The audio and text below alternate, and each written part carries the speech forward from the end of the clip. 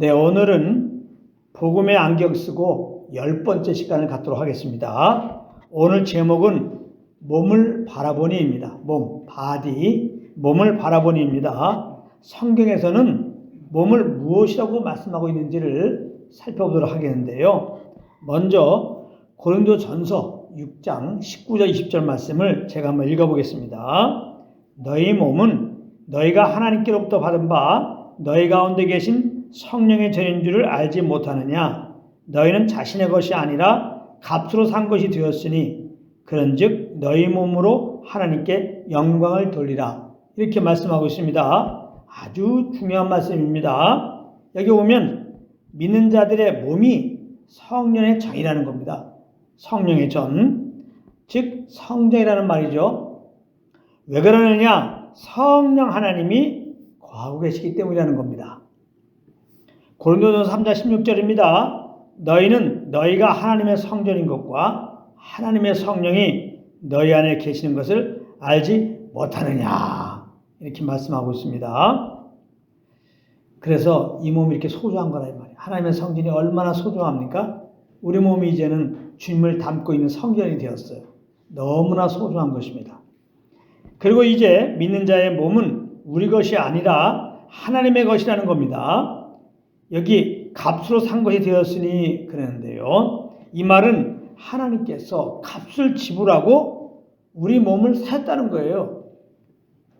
하나님께서 그렇다면 지불하신 값이 무엇일까요? 바로 그 아들의 피입니다. 하나님은 예수님의 피값을 지불하시고 우리를 사신 것입니다. 그러니까 우리 몸 우리 것이 아니고 하나님의 것이에요. 그래서 이제 믿는 자들은 이 몸으로 하나님께 영광을 돌리라는 것입니다. 하나님의 것이니까. 믿기 전에 우리는 어떻게 살았습니까? 지금 세상 사람들과 같이 내 몸이 내 것인 줄 알았습니다. 그래서 내가 원하는 대로 내 몸을 사용하였습니다. 내 영광을 위하여 사용하였다 이 말입니다. 그런데 이제는 그렇게 하지 말라는 거예요. 이 몸을 하나님이 원하시는 대로 하나님께 영광 돌리는 대로 사용하라는 것입니다. 로마서 6장 12절부터 14절까지 말씀을 제가 한번 읽어보겠습니다. 그러므로 너희는 죄가 너희 죽을 몸을 지배하지 못하게 하여 몸의 사욕에 순종하지 말고 또한 너희 지체를 불의의 무기로 죄에게 내주지 말고 오직 너희 자신을 죽은 자 가운데서 다시 살아난 자 같이 하나님께 드리며 너희 지체를 의의 무기로 하나님께 드리라. 죄가 너희를 주장하지 못하리니 이는 너희가 법 아래에 있지 아니하고 은혜 아래에 있음이라. 이렇게 말씀하고 있는데요. 여기 12절에 보면은 몸을 뭐라고 표현했습니까? 죽을 몸이라고 했습니다. 죽을 몸. 이것은 6절에 보면 죄의 몸이라는 말이 나옵니다. 죄의 몸. 이거와 동일한 의미의 말이에요. 죽을 몸, 죄의 몸. 우리의 몸은 다 아담의 허리에서 나온 몸입니다. 아담의 죄를 가지고 있는 몸이다 이 말이에요. 그래서 죄의 몸, 죽을 몸이라고 하는 것은 우리 몸 자체가 죄라는 말이 아니라 아담으로부터 받은 그 죄성을 가지고 있는 몸이다 이런 의미예요. 그래서 우리 몸은 내가 먹는 날에는 반드시 죽으리라 라고 창세기 2장 17절에서 아담에게 말씀하신 그 말씀대로 우리의 이 몸은 한번 죽게 되는 것입니다. 그래서 죄를 가지고 있는 몸이다 해서 죄의 몸이라고 한 것이고 혹은 죄로 말미암아 죽을 몸이다 해서 죽을 몸 이렇게 표현한 것입니다. 그런데 이 죽을 몸을 죄가 주관하지 못하게 하라는 것입니다. 이 말 속에는 우리 안에 있는 이 죄성이 여전히 우리를 지배할 수 있다는 의미가 들어가 있는 것입니다. 물론 법적으로 보면 우리는 이 죄의 지배에서 완전히 벗어난 자들입니다. 우리는 그리스도와 함께 죄의 종류로 하던 내가 십자가에서 못 박혀 죽었기 때문입니다. 로마서 6장 6절입니다. 우리가 알거니와 우리의 옛사람이 예수와 함께 십자가에 못 박힌 것은 죄의 몸이 죽어 다시는 우리가 죄에게 종노를 하지 아니하려 함이니 이렇게 말씀하고 있습니다. 그래서 믿는 우리가 죄에 대하여 죽은 자가 분명한 것입니다. 그러나 우리는 아직 죄가 있는 육신을 가지고 있다는 사실입니다.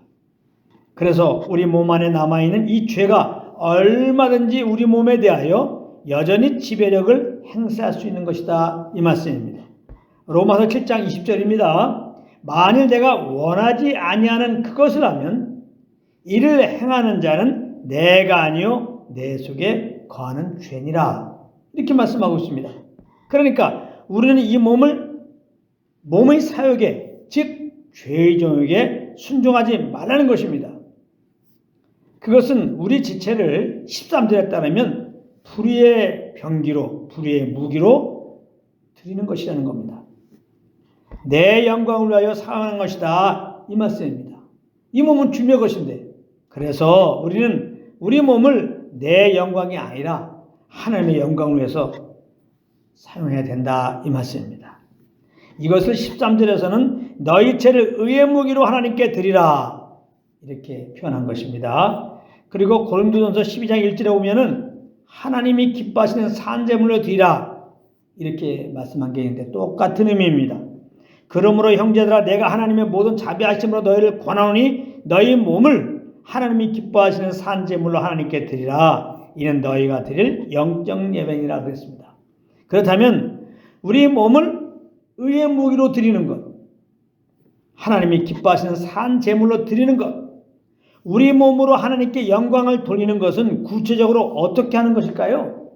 바로 우리 안에 계신 성령을 따라 내 몸을, 내 지체를 그렇게 드리는 것입니다. 성령을 따라 행한다 이 말이에요. 성령을 따라 행하는 것이 우리 지체를 의의 무기로 드리는 것이고 성령을 따라 행하는 것이 곧 우리 지체를 불의의 병기로 드리지 않는 것입니다. 갈라디아서 5장 16절입니다. 내가 이르노니 너희는 성령을 따라 행하라. 그리하면 육체 욕심을 이루지 아니하리라 그랬어요. 우리가 성령을 따라 행하면 우리 지체를 의의 무기로 드리면 우리 지체를 불의의 병기로 드리지 않는 것입니다.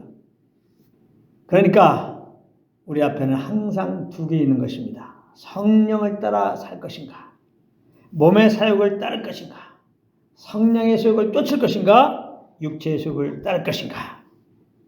갈라디아서 5장 17절입니다. 육체의 소욕은 성령을 거스리고 성령의 소욕은 육체를 거스리나니 이 둘이 서로 대적함으로 너희가 원하는 것을 하지 못하게 하려 함이니라. 성령의 소욕을 따라 행하는 것을 보고 은혜 아래 있는 삶이다 이렇게 말하는 겁니다.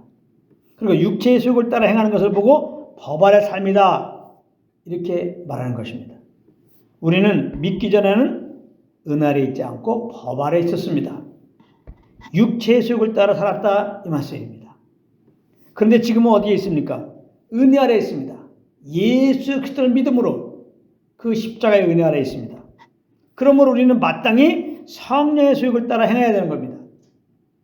그래서 로마서 6장 14절에 이렇게 말씀한 것입니다. 죄가 너희를 주장하지 못하리니 이는 너희가 법 아래 있지 아니하고 은혜 아래 있습니다.